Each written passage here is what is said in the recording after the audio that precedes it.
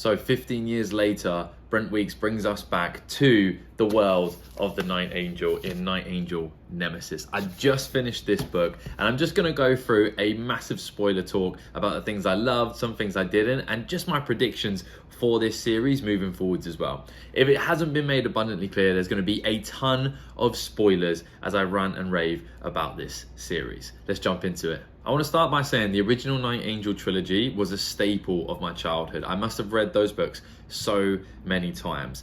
And the things I loved about those books is, number one, some of my favorite characters came out of that series. We have people like Durzo, Blint, Mama Kay, Count Drake. We have things like the Kakari, which I always thought was incredible. We have rogue characters like Lantanu Garawashi, Sister Ariel, and numerous other characters. So if you're like me, you were probably so excited when we found out that Brent Weeks was going to bring us back to Mid-Kuru and we can revisit some of these adventures. So we jump into it and it's abundantly clear from the beginning that this is going to be mainly from Kyla's perspective.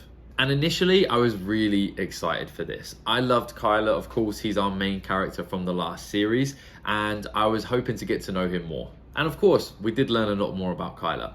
And the format that he had set up was, it was essentially Kyla's perspective in like a diary form. So he's gone back and changed and edited some things as well. So we're reading his perspective. However, in the current time, Viridiana or Vi is reading this diary that Kyla has somehow given to her. And a ton of events have transpired. And essentially she is reading it. She has 3 days to read it before a big decision is made based on the events of the diary. So it's an interesting dynamic immediately.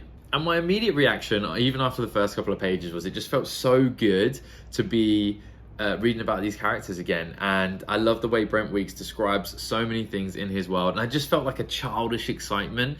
And I had no hopes that he was going to be releasing this book. I didn't even know until a couple of months before it came out that he was working on it. So it was the best surprise all year. So, like I said, we get most of this book from Kyla's perspective, and there's big positives to this. We get that dark sense of humor that we know so well. It's very self-depreciating. It definitely pulls no punches, and it has to laugh in the darkest moments because of the work that he does. And of course, we get so many beautiful action scenes. Kyla in this universe is one of the most adept magically, but also physically at essentially murder. And from reading the acknowledgements, I now know that Brent Weeks puts a ton of time into understanding what the forms of this swordsmanship actually looks like and how these different weapons are used. And it just, you can really see that in the writing. Like, he truly understands what this is about, how these forms are used, and how he has created Kyla to be this perfect weapon. He has a good understanding of how those weapons work, and it all pays off. The fight scenes are beautiful. But having everything in Kyla's perspective, which we didn't get in the way of in the Night Angel trilogy. In the trilogy, it jumped around. So having things from just Kyla's perspective definitely had some downturns. The first thing is just that Kyla makes mistake after mistake after mistake after mistake after mistake. And it's so frustrating to read, especially as one of Durzo Blint's biggest fans. It's frustrating to watch Kyla so effectively master and showcase his physical abilities, but then pick up almost none of Durzo Blint's super effective decision-making skills. And I know Durzo Blint has 700 years or so to perfect those decision-making skills. It just blows my mind that I have to read about Kyla making such big mistakes in every single turn, and it was just frustrating as a reader. And also, in Kyla's perspective, there is something that I liked, is his dark sense of humor, but something that goes with that also is very self-depreciating, a huge lack of self-love, and just reading that just constantly is actually really hard. Like, it was actually, low-key, a little bit of a depressing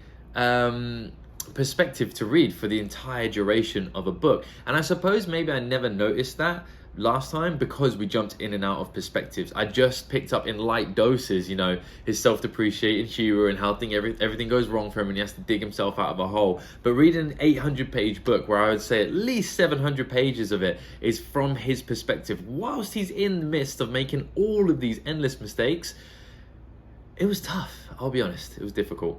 And more about that in a minute. But let's talk about some of the new characters that were introduced in this series that I really liked. So we have Raphaim. I'm not sure if I'm pronouncing his name correctly, but he's set up as our main villain in this book, or what it looks like to be our main villain.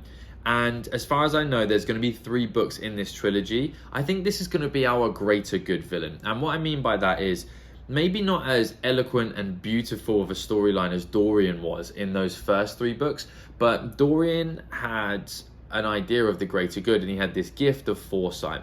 And what he knew, this information, he knew that this was more dangerous, the end information and the end possibilities could be more dangerous than the acts that he's going to commit along the way. And Lord Raphaim gives off the same vibe. Now, I have no idea what Lord Raphaim is. He's clearly not human, and I've thought about this a while and I really couldn't hazard a guess, but he already has the blue Kakari.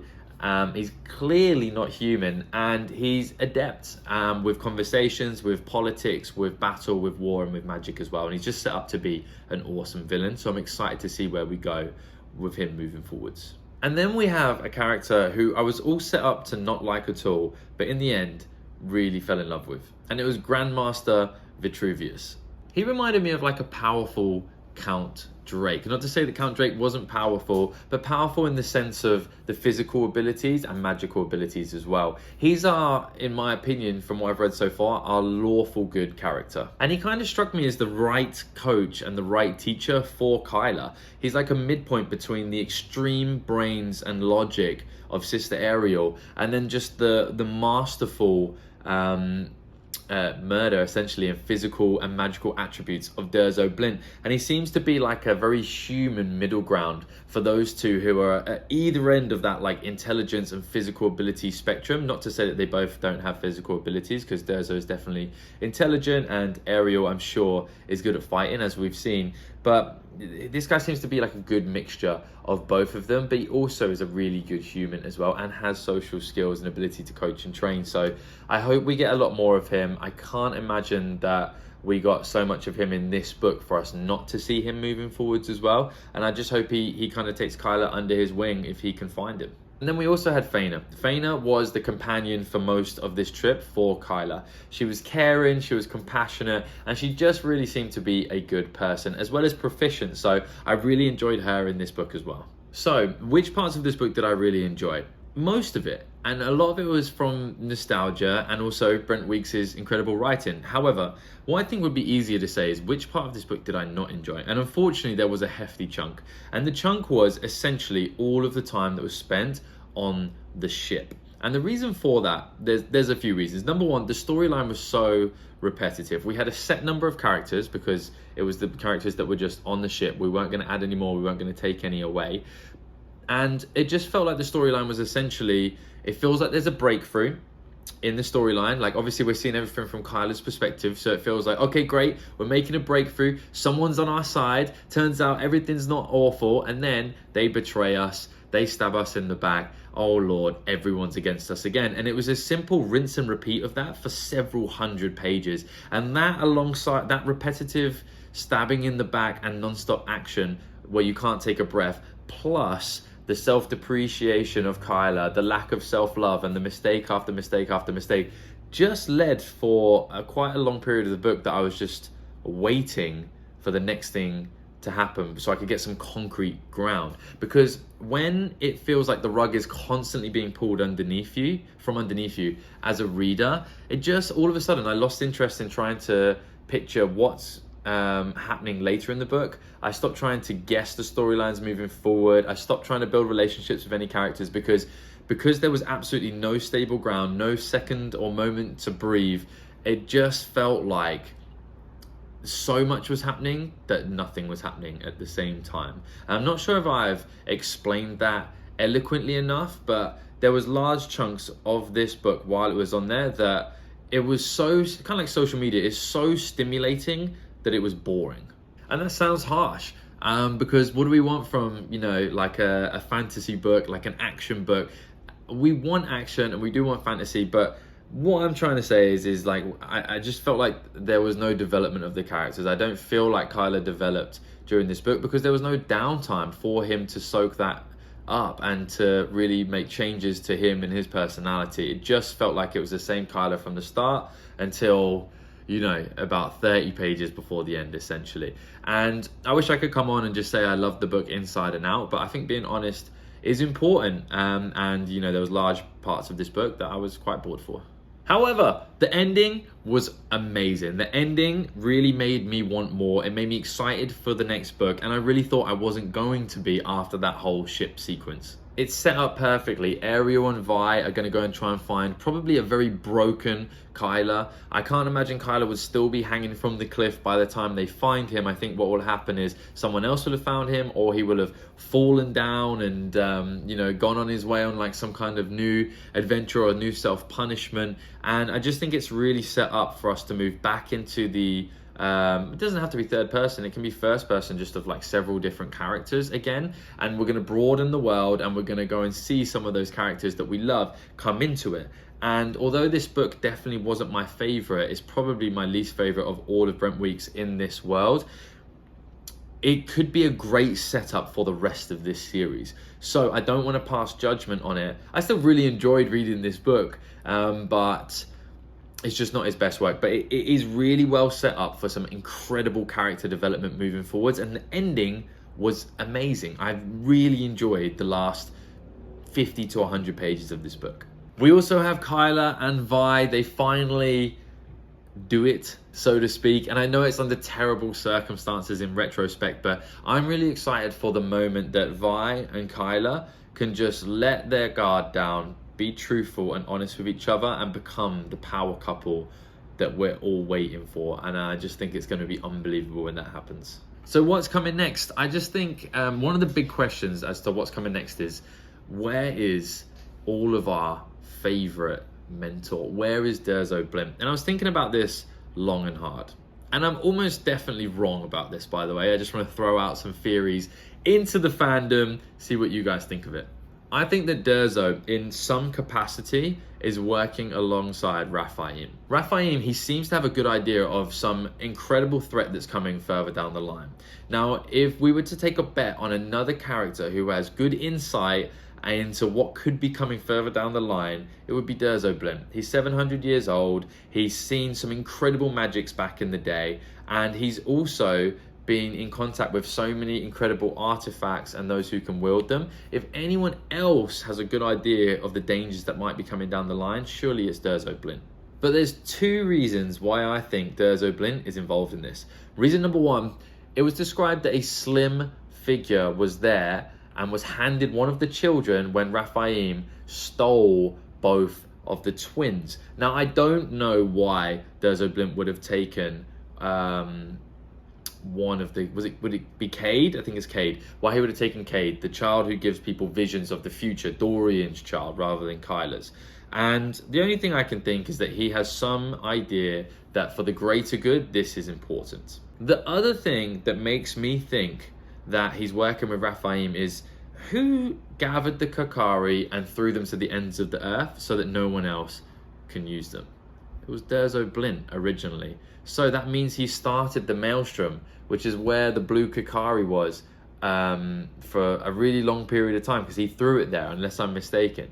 And what that means is if Lord Raphaim has the blue Kakari, which is going to be instrumental in him saving that child, by the way, a very Durzo Blint plan, what that means in my head is there's one person who could help him get that Kakari without it being a big deal, and that's probably the person who started the Maelstrom in the first place. So it's a very weak theory, but those are my two like clues that I picked up that I think point towards Durzo Blint and Raphaim both working towards the end goal together, which I think is, you know, the greater good. But of course, that would mean betraying the trust of everybody else. Logan, Kyler, the memory of Elaine, everyone else in the old kingdom where they're all from.